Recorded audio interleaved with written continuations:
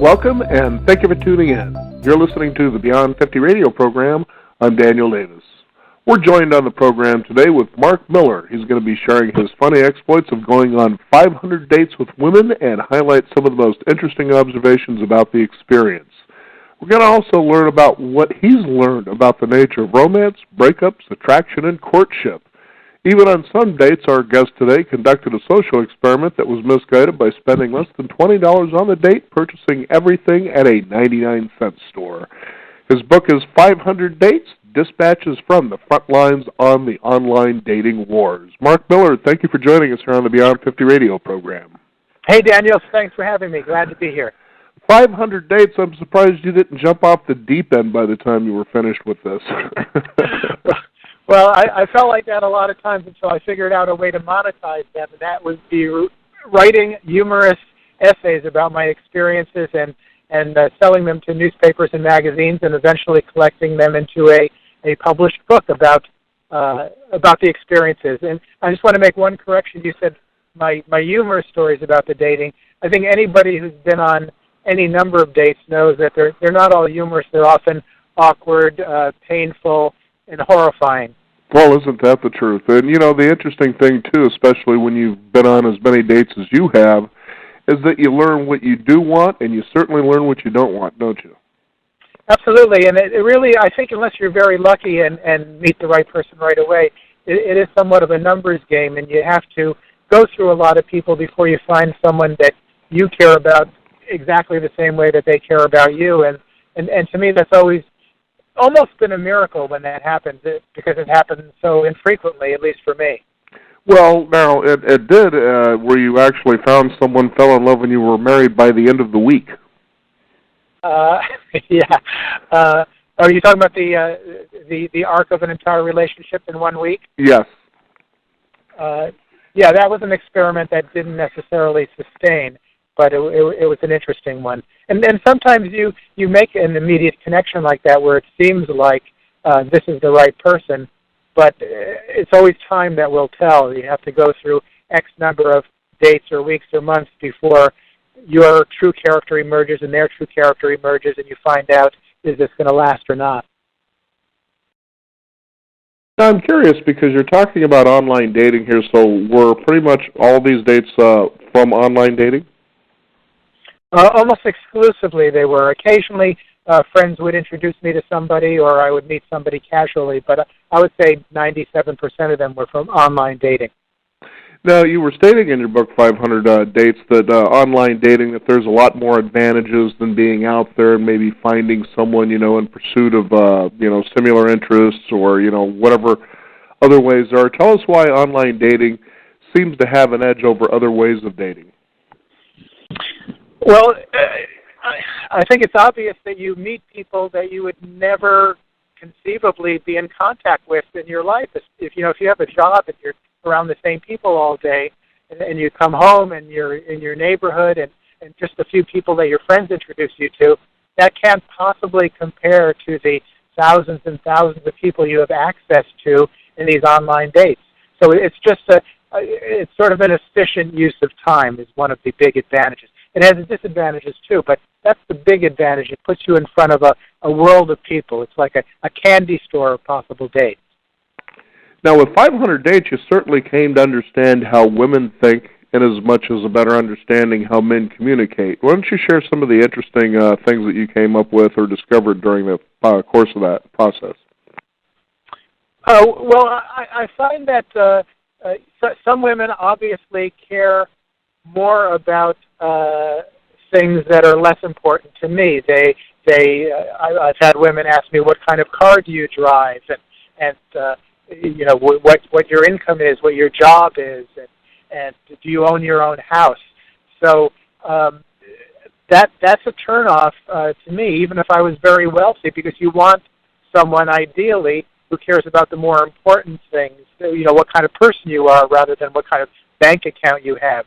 So those are the things I look for, in addition to sense of humor, playfulness, intellectual curiosity about life. And the number one thing that was important to me is, if I could choose one word, is enthusiasm. maybe you've experienced this. You sit with somebody, it doesn't have to be a dating situation, where they just seem beaten down by life or not that excited about things. And that just doesn't do it for me. I guess because I love life. I'm curious about everybody and everything, and I want somebody that feels the same way, especially about me. They need to have that enthusiasm there. Now, you even had one chapter about one lady who you were her last online dating hope. Tell us about that. She told me that she had had nothing but bad luck on her internet dates, and she was ready to get off the Match.com or whatever service she was on, but she decided to give it one more chance with the next person she dated, and I happened to be that person, and she told me that in advance, so that put a lot of pressure on me and probably on her too. So unfortunately, it didn't work out, and I had to let her down really easily. But I tried to do it nicely and give her encouragement for the future. But I wouldn't advise telling somebody that they're the last chance. Years and years ago, I spent time both bartending as well as serving in restaurants, and it was always funny when you would know a couple was on their first date. You just could know, when you're in an experience like that. And I always found one of the most interesting things when a couple would be on a first date is how they go out of the way to show, especially guys, how sometimes emotionally sensitive or expressive they are. And the fact is, it's like, honey, you want to pack up your stuff and run for the door, kind of a thing. Tell us about your experiences like that. My first date experiences? Yes. I was always shocked when, and it's surprising how often this happens, where women will talk about themselves the entire date and never ask me a thing about myself. And some of them are aware of that. Toward the end, they'll say, "Oh, I've spent so much time talking about me. Next time we have to talk about you." But sometimes they won't even mention that at all.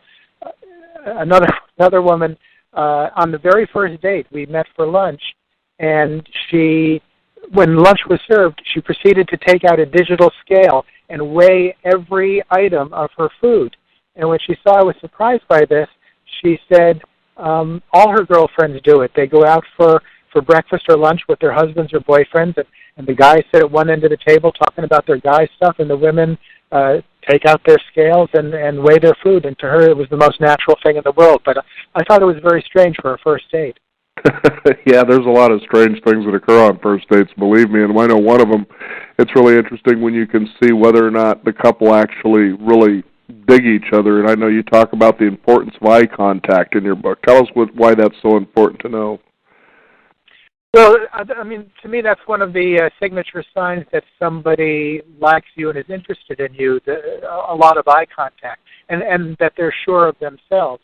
When they're looking around, it's like they have something to hide, or there's disinterest there, or they wish they were someplace else. So direct eye contact is really good. You don't want too much eye contact because it gets creepy otherwise. But I think you're right. Couples that are together, they really like each other. That's one of the signs of that. And couples that are each on their cell phones, probably not a first date or two people that like each other a lot. Now, in your book, you reveal for the first time the inner workings of a man's brain. Okay, so apparently we kind of come into this whole mix in a different way of interpretation than women do. Tell us what some of those things actually reveal that you reveal here on the inner workings of a man's brain. I think, and this isn't a surprise to anyone, but a guy's brain is wired so that the most important thing is the physical, and it starts with looking at the website profiles, the dating profiles. They'll scroll through, and you're not going to stop and read the profile unless you're attracted physically to the person there. And women aren't necessarily like that. I've heard from women who say that they don't care what a guy looks like. He could be overweight. He could be old, balding. He could have various illnesses. But if he has a good heart and his ethics are in the right place, that's the turn on. If he's a responsible person. But for guys, a guy has to be physically attracted. And when you first arrive at the date, sometimes you know right away that it's going to work out or it's not going to work out just when the person walks in the door. You see the person, and it was surprising how many times she did not look like her photo. The photo posted was X number of years younger or X number of years slimmer. One time a woman walked in, and I was convinced that this was the mother of the woman whose profile I had seen in online dating. But, when there is that attraction there, that's the starting point, and then the guy can look at the less superficial things, the same things that the women look at. I know I was reminded of an episode of 2.5 Men, which your book kind of brings a lot of that when you think about how Charlie Harper thinks. Yes. But the biggest, one of the funny ones was had to do with the online dating, where apparently Alan had decided to go out on his first online date. They eventually end up back at his place, and the woman says to him, "Well, how'd you like to get a little more physical, a little more closer?" And he goes, "Really? This is our first date?" And she says, "You really don't know a whole lot about online dating, do you?" And he says, "I really don't." And she says, "Well, you've got a penis and a job. You're already leaps and bounds ahead of everybody else." And you think to yourself, it's interesting that the standards could be dropped to such a minimal level sometimes. Absolutely, depending on what the person's been through and what their qualifications are, and I guess how secure about themselves they are.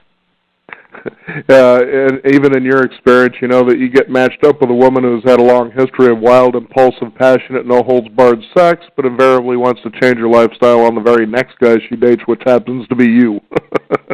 Right, yeah. So I'm the guy that's paying the price for the sins of the other guys who were too loose with her and who she was too loose with. So it seems not fair. Now, what about spending money on dates? What kind of advice would you give to our listeners out there?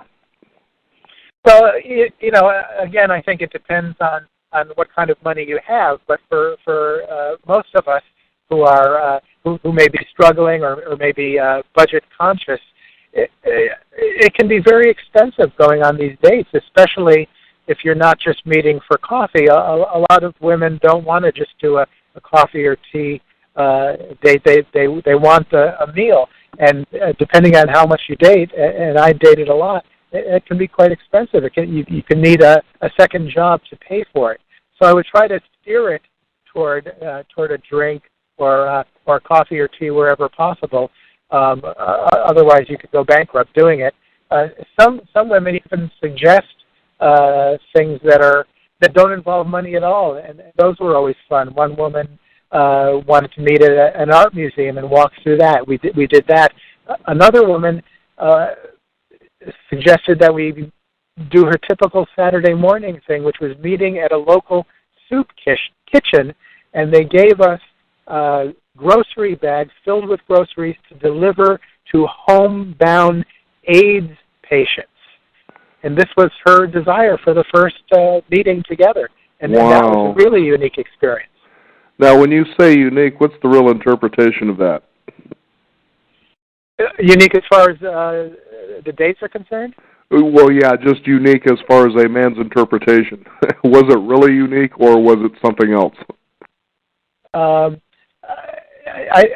think I would define unique as something different or special or memorable. That's all, and those are always most appreciated. Okay. Now, you also talk about things that men don't like to do that women pretty much may insist that we go do with them, and I'd like to cover a couple of those if we could. The first one being camping. Yeah. Well, obviously, this is generalization. Some guys, and I apologize for the sirens in the background. Apparently, they've heard of my dates, and they're coming to arrest me for abusing women. But there you go. Speak faster. Some guys like camping. Most guys don't. A lot of guys don't. I don't. I prefer the comfort of a hotel. So I put camping in a similar category with opera or yodeling or anything that I don't enjoy, because to me it just speaks of discomfort and danger. I can't fall asleep when I think I might be eaten by a coyote. Well, there's that. You may end up out there and realize, after a couple of hours with this person out in the woods or wherever the case may be, that you really don't have a whole lot to talk about after a while, but yet there you are still there for the weekend. So Right, and you're being generous with a couple of hours. Sometimes, many times, you realize within the first few minutes that there's absolutely no chemistry. I know one of them you have in here, too, I was kind of surprised, was relationship workshops. What was the soonest that you were possibly ever involved in something like that on a dating experience? I live in Los Angeles, so it's the headquarters of self-improvement of all kinds. So there are many relationship gurus that lead workshops in how to date and what men want and what women want, and a couple of them are even my friends and have written books. So I get involved in those. It's good research. You pick up tips for how women think, and sometimes they even have interactive things where you act out dating situations. Anything like that is fun, and as you probably noticed if you've browsed on Amazon.com, there are millions of relationship books, often written from the women's perspective. I think that's one thing that makes my book unique. It's how the man thinks and a man's experience of dating. But a lot of the books take you through how women see men, and that can be valuable too, because you want to study your target. Well, there's that. You also have a very empowering section in your book that I think people will think it's just worth the cost of picking up a copy, and that is the official soulmate determination test, which is for women only, of course. Soulmate determination test. How did you design that one? That's basically a comedy thing. We're setting up questions with a couple of real things that you want, and then a joke answer. I think people enjoy going through it, but I basically took all the things that I looked for in women and asked, are these things there? And if they're not, is this really bizarre thing there? But I think everybody has their list of things they're looking for in a man or a woman. And if I could give any advice at all about the dating situation that's helped me, is that in any of the dates that I've had, in any of the many relationships I've had, there's never been one that I would have described as perfect. This person is 100% and has everything. So, as I've written in one of these essays, the question comes down to, when is it enough? When can you look at the person and say, this person has, 86% of what I want. I'm going to stick with them, give them a chance, have a relationship with them, rather than saying, forget about them because there's somebody around the corner that may have 93%. I think that's a self-defeating philosophy, and you just have to, at a certain point, say, I like them, their good qualities are great for me. Now, there was one date that you took to your ex-wife's holiday party, and that turned out to be something quite interesting. Tell us about that one. Well, the biggest thing about that one is I had my ex-wife, after I had been dating my girlfriend for a couple of years, she said, I'm having a holiday party, a bunch of people come over, why don't you come over with your girlfriend? And I thought that was really nice of her, open-minded, but it created all this anticipation in my mind. What if they don't like each other? What if one of them doesn't like the other? What if they get together and start sharing stories about my flaws? What if they team up against me?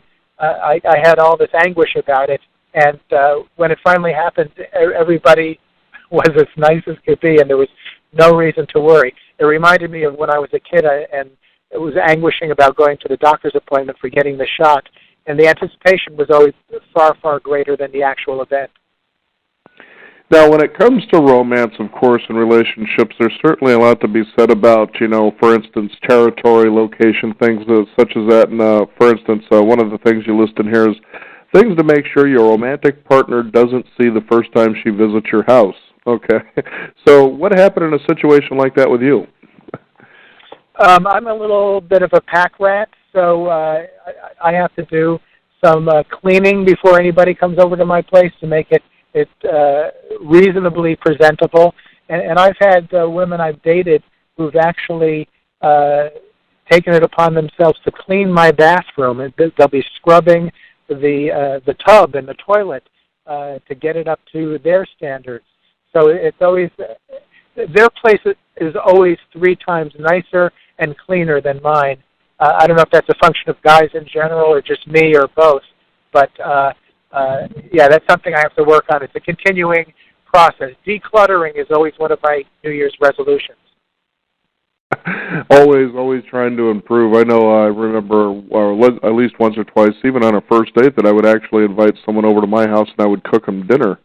And I was always surprised by how trusting somebody would be, on a first date like that. But I thought to myself, what an interesting experience. For instance, we both get to sit and relax, get to know each other a little bit.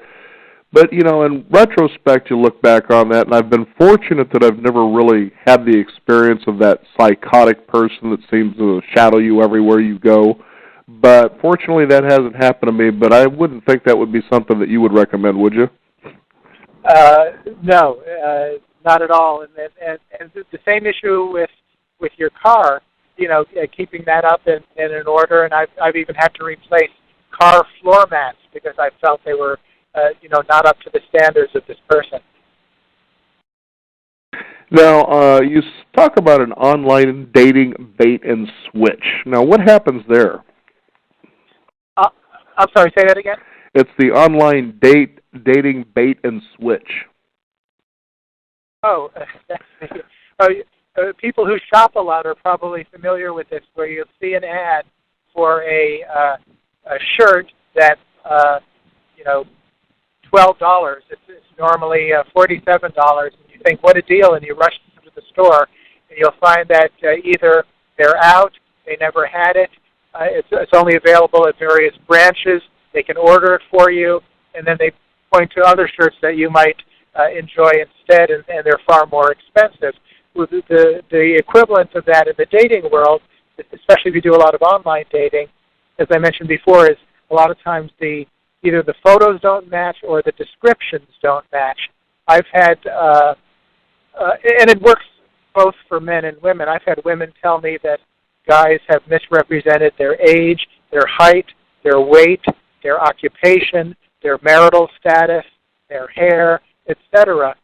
So, in one situation, on a first date, a woman admitted to me that she was actually 15 years older than she had stated on her profile. And when I seemed taken aback by that, she accused me of being shallow. So, that's the bait and switch, is presenting yourself as something you're really not to hook the guy, and with the feeling, I suppose, that once they meet you, they'll be so charmed by your personality, etc., that they'll, forgive the little lies. But that's always backfired for me. I appreciate honesty, and if you're not going to start out on an honest note, what else can you expect in terms of lies in the future? Exactly. And it's interesting to think, too, in situations like that, where you would hear perhaps the other person saying, well, this way you really get to know me, it isn't just the physical attraction, and you think, yeah, but the physical attraction to me is fairly necessary. Wouldn't you agree that, that's part of the pleasure of the experience, is somebody that you feel pleased being around aesthetically, I guess? Absolutely. In a romantic relationship, if things go well, you're going to be naked together and having sex. And so the attraction needs to be there, especially from the guy's point of view, but from many women feel that way too. So it has to start with that, and then we can proceed to the other things. And if you're going to see the person naked in front of you anyway, you might as well show what you have and show what you are, because they're going to accept or reject you based on the reality of who you are then. Now, since you had such extensive experience, some 500 dates, what would you say to our listeners out there, men specifically, that they would, in the dating process, pay attention to, sort of a quick list of do's and don'ts? I think we've covered some of them. Be honest.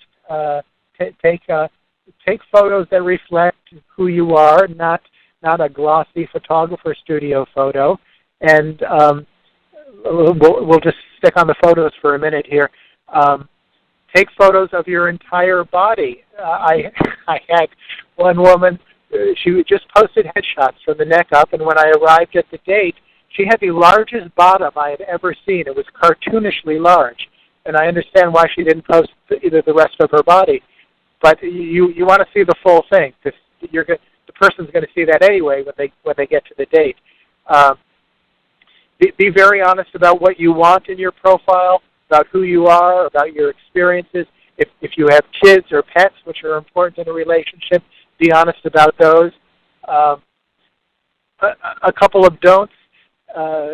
Don't dwell on the past and past relationships. I had a coffee date where the woman spent the entire date talking about how angry she was about her ex-husband, how he had ruined her financially, and it was clear that she still wasn't over that. Don't, if you're a woman, suggest an expensive restaurant for the guy. Don't be late to the date. And if you are, make sure you call in advance and give the guy some notice. If a big don't is don't ask about the future for the relationship after the first date. That puts people on the spot. Just say, it was very nice meeting you, I had a nice time, and leave it at that. And if there's going to be a second date, it'll happen naturally. You don't have to say, so what do you think? Should we meet? That's all, very awkward. And I'd say if there's the slightest thought that this might work out, give it a chance. If you're not sure on the first date, give it a second and third date and see, because sometimes people are very nervous and they calm down and relax as the dating continues. And then sometimes that first date, you just hit it off and it's hot and you just kind of go with it. Right, which doesn't necessarily mean it'll sustain. Sometimes those things can fizzle out in a few dates or a few weeks, but it can be a good sign if there's chemistry there right from the start. Absolutely, Mark. It's been a pleasure to have you here on the program to talk about your book, 500 Dates. Is there a website people can find out more about your work, how to get the book, things like that? Sure. It's markmillerhumorist.com, which is MarkMiller, humorist, HUMORIST.com, and they can contact me, ask me any questions about dating, and offer to fund me as a patron of the arts for the remainder of my career. Absolutely. That way people can get out there and not make as many dating mistakes, and actually it can be a lot more fun, perhaps. You just never know. Thank you so much for being on the program today. Thanks, Daniel. Enjoyed it. You bet. Want to thank you, the listeners out there. Again, the book is 500 Dates. Our guest today, Mark Miller. You can also discover more by visiting us at Beyond50Radio.com. That is the number 50. Sign up for our weekly e-newsletter and also stay involved with what's going on in the world of Beyond 50 as well as upcoming programs. I'm Daniel Davis. Thank you for tuning in. This is the Beyond 50 radio program. And remember, live your day past halfway.